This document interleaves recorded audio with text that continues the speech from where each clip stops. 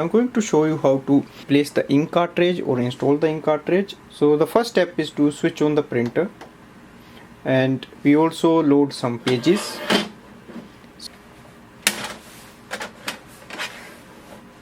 Now we can open the ink cartridge door, and you will see the cartridges will move to the center, and now you just have to press and hold. So press it downwards, both black and color, and it will come out.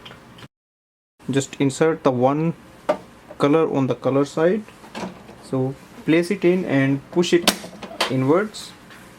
Same for the black, place it in, slide it in and push it inwards, and close the door. Now your printer may print a printer alignment page.